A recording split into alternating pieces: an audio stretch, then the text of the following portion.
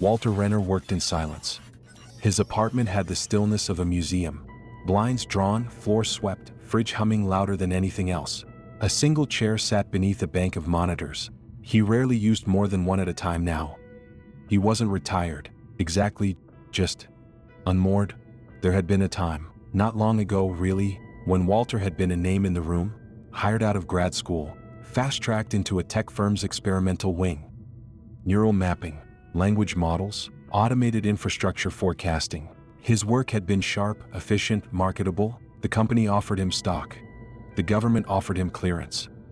He took the latter. He wanted his work to matter. For a while it did. But the weight of that work, and what it enabled, wore him down in ways he couldn't articulate. He left before it hollowed him out completely. Now he freelanced. Cities, agencies, utilities, quiet work, analyze failure risks, generate reports, send them upstream. Some paid well, some paid late. All of them were easier to manage than what came before. He missed the complexity though, missed the challenge. More than anything, he missed the feeling of being vital. So he built something new. Not for clients, for himself.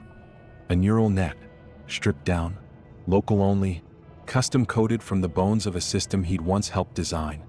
He called it Vigil, not an acronym, just a reminder, a watcher, a second mind. Vigil's job was to pull from the flood of publicly available data, traffic cams, maintenance logs, incident reports, zoning changes, and flag potential systemic risks, not just major failures but the subtle ones, the threads that, when pulled, could unravel an entire street, district, or chain of operations. Walter trained it to go further, not just detect risks, but prescribe actions, preventative acts, the kind that didn't show up in traditional models. Not rerouting a power grid or dispatching a crew, just nudging a butterfly's wing. He didn't expect it to work, but then the messages started. The first message was simple, no alert, no priority tag, just a string of plain text, printed by Vigil's local terminal sometime around 3 a.m. Suggested action. Place a coin inside storm drain grate at corner of 14th and Ellis. Time window 6:45 to 6:50 a.m. Confidence rating 21%.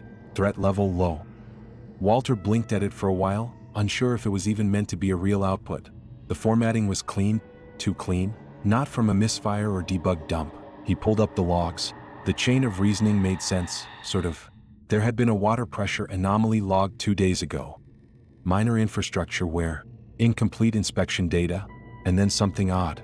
A pattern of complaints from delivery drivers who used that intersection in early morning hours. Several had reported tire bounce or vague mentions of a metallic rattle. It was thin, way too thin to be useful. And a coin? That wasn't an action. That was a superstition. He sat back, arms crossed. For a second, he wondered if Vigil had hallucinated a solution, followed some tangent in its optimization model and overlearned a behavior. It had happened before, back in his government days. Deep logic trees that spiraled into nonsense but couldn't be flagged because the confidence thresholds never fired. Still, 6:45 wasn't that far off. He set the kettle to boil, found an old quarter in his desk drawer, and pulled on his jacket. The morning air was thin and bright. Delivery trucks rattled past, newspaper bins sat cracked and crooked. He reached the corner of 14th and Ellis by 6:44. The grate was there, quiet, unremarkable. He dropped the coin in. Nothing happened. No alarms. No satisfying confirmation that the system had worked. But for the rest of the day, he couldn't stop checking the local reports, traffic feeds, utility alerts, anything. By evening, he'd almost forgotten about it, and then he saw the update. A minor repair order had been expedited by the city. An acoustic monitoring technician, someone running a test on a nearby manhole, had detected an unusual metallic interference in the signal. When they opened the grate, they found signs of erosion beneath it. The intersection had been scheduled for excavation, just routine, just protocol. Still, Walter stared at the report for a long time. The next message came 48 hours later. Suggested action. Mail empty envelope to 242 Weatherby Street, apartment 3A. Time window 4 to 6 p.m. Confidence rating 39%. Threat level low. Walter frowned. There was no context. The logs showed a jumble of building permits, a water usage spike, and an unscheduled courier detour. Nothing that tied directly to the address. He considered ignoring it, but he'd already bookmarked the news article from the last event. He'd already reread the technician's report. Vague cause, anomalous signal, but the city acted, and he'd been there before they did. He didn't believe in magic. He believed in patterns. He found an envelope in his filing cabinet, left it blank. No return address, just the apartment number in neat, careful print. He mailed it at 4:17 p.m. Nothing happened that day, nothing the next either. He didn't stop checking. On the third day, he found something, a police blotter summary, nothing big. An anonymous tip had led to a domestic welfare check at the same building. A man was taken into custody without incident. No charges filed. No name listed. Walter refreshed the page. The next day the listing was gone. No archive. No follow-up. Vigil kept quiet for nearly a week. Then came 3 messages in a single day. Shorter, cleaner, more assured. Suggested action. Press the southwest pedestrian button at 17th and Ogden. Time window 5:10 to 5:25 p.m. Threat level low. Suggested action. Adjust trash bin angle at 603 Talon Boulevard. Time window 3:50 to 4 p.m. Threat level low. Suggested action. Wait inside bus stop shelter at Jackson and Bay for 7 minutes. Time window 2 to 2:10 p.m. Threat level low. None of them made sense on their own. The logs were thin, sometimes even incoherent. A flood of variables with only the faintest trace of correlation, but he did them. Not out of paranoia, not out of obsession, because each one took less than 10 minutes, because each one might do something. And because afterward, when he sat at home and refreshed the feeds, he found little things. A delivery van narrowly missing a traffic accident. A sanitation report noting unusual bin displacement. A missing person spotted by a commuter who'd stopped to tie his shoe at the Jackson shelter. Always small, always buried, but real. He needed a record, something trackable. He labeled a notebook plainly: date, action, outcome. Some entries were speculative, others concrete. He didn't share it with anyone, didn't tell any clients, didn't open a single official ticket. It wasn't about that. This wasn't part of the job. It was something else. The next message came with a red highlight.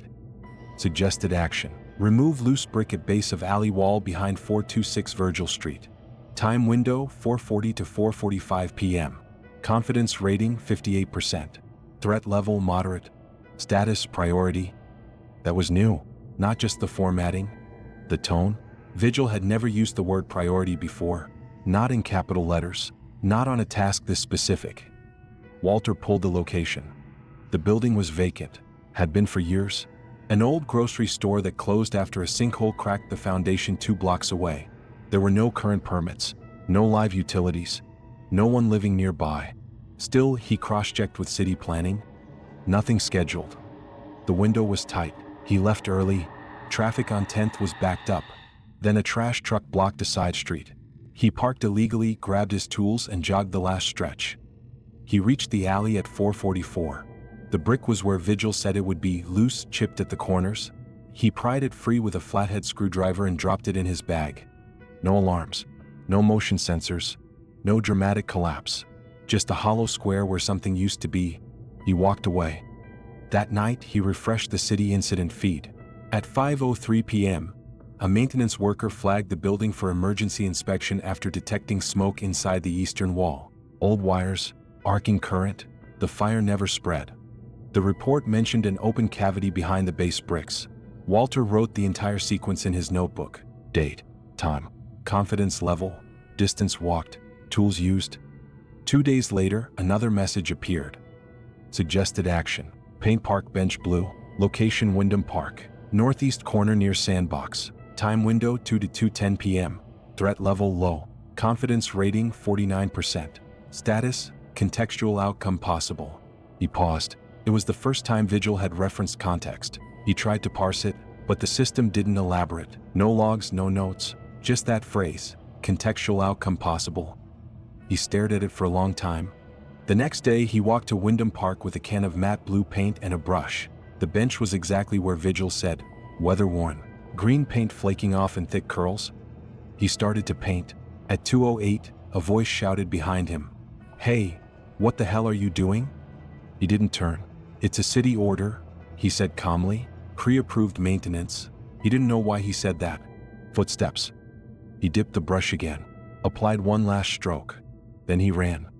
Through the sandbox, over the mulch, onto the footpath and back toward the street. He didn't stop until he reached his car. The man hadn't followed. That night, he didn't sleep. There was no article, no footage, no proof that anything had happened. But he wrote it in the notebook anyway, painted the bench. Then, next to it, unknown. The next instruction came with no warning. Suggested action. Leave empty paper bag on sidewalk outside 3875 Maple Avenue. Time window, 12:30 to 12:45 p.m. Threat level moderate. Confidence rating 34%. It was too vague, too innocuous, but by now he didn't question them.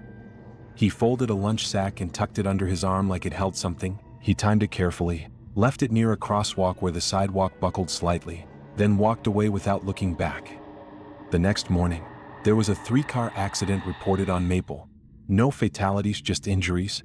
A driver had swerved suddenly and clipped another car. The report said they tried to avoid a loose paper bag blowing into the road, something that, for a moment, looked like a small dog. No charges filed. Maple Avenue was closed for 2 hours.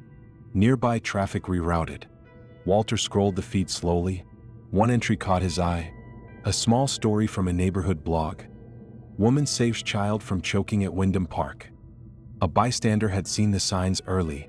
The woman was only there, she said, because her normal route was blocked. She noticed the blue bench, sat down while her daughter played. He reread the articles, then read them again. He turned back to the notebook, added a box around 2 entries.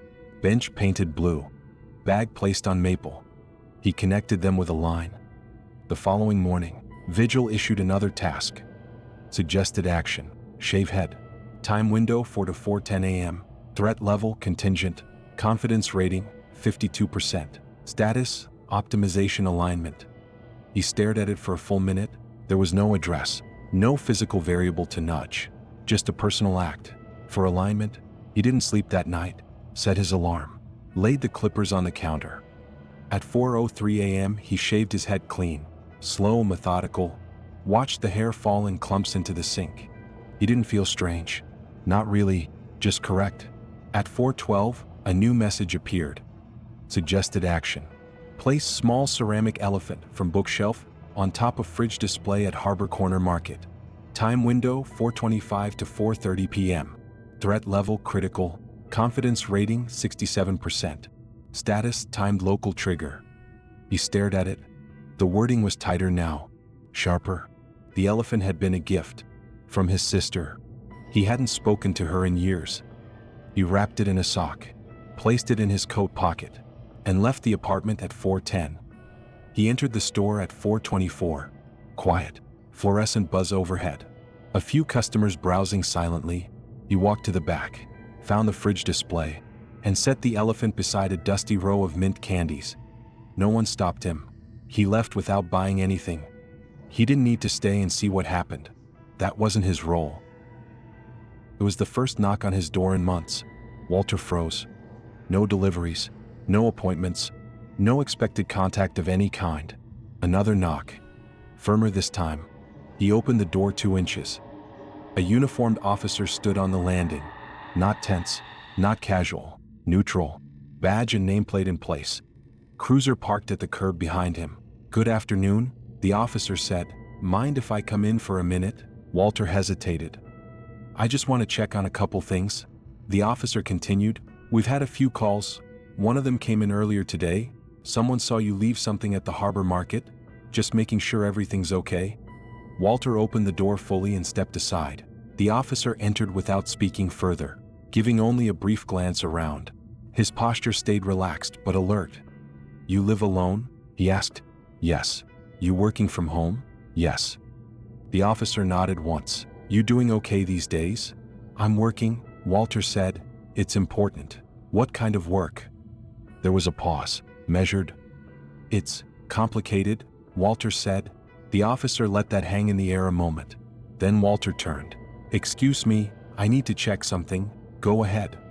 He walked down the hallway and into the back room, sat in front of the monitor. No new message. Just a browser tab. An unread article. He clicked. Gas leak detected after odd object left on fridge display. Early evacuation prevents harm. Walter leaned back. A breath escaped his lips. Not relief, not pride. Something deeper. Something closer to certainty. He whispered. Again. Behind him, the officer entered the room, giving the room a quick look around. Walter didn't look at him. Didn't move.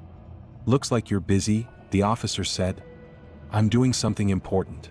You sure you're okay? Walter nodded once, eyes still forward. I'm better than okay. The officer waited a beat. All right, he said, I'll let myself out. He turned and walked quietly toward the front door. The front door clicked shut behind the officer. Walter didn't move at first. He listened to the quiet return, the hum of the monitor, the soft pulse of his own breath. Then the screen blinked. A new message appeared. Clean, stark, no hesitation in the formatting. Suggested action. Eliminate first pedestrian to pass 9613 North Franklin Boulevard. Time window, 9:05 to 9:10 p.m. Threat level, terminal. Confidence rating, 99%. Status, uncontained global anomaly. Walter stared at the word. Eliminate. Not place. Not wait. Not mail. Eliminate. He scrolled to the metadata. Cross-checked the threat glossary.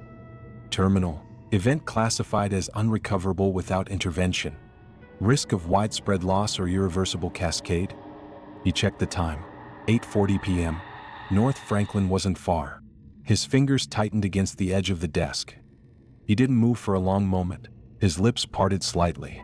I don't want to, he whispered, but even as he said it, he was already standing. Already reaching for the backpack. Already moving through the hallway in the dark. He paused in the kitchen drawer, took the handle of the old utility knife, flipped the blade once, tested the lock, slid it into the side pouch of the bag. He zipped it shut. He didn't know who the person would be. That didn't matter.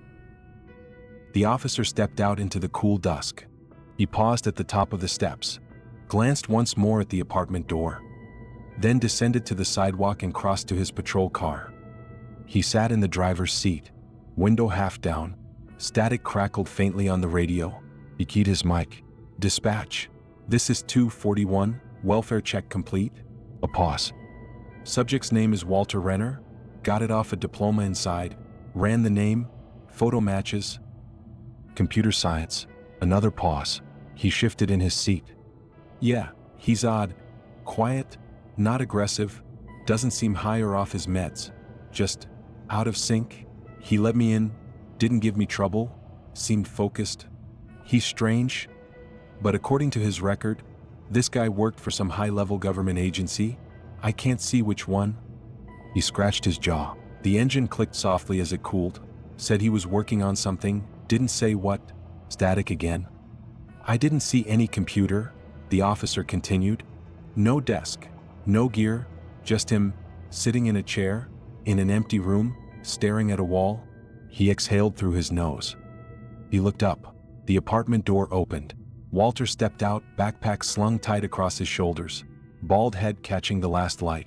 No hesitation in his walk, just purpose. The officer watched as Walter turned the corner and disappeared from view. He clicked the mic again. He's off, but harmless.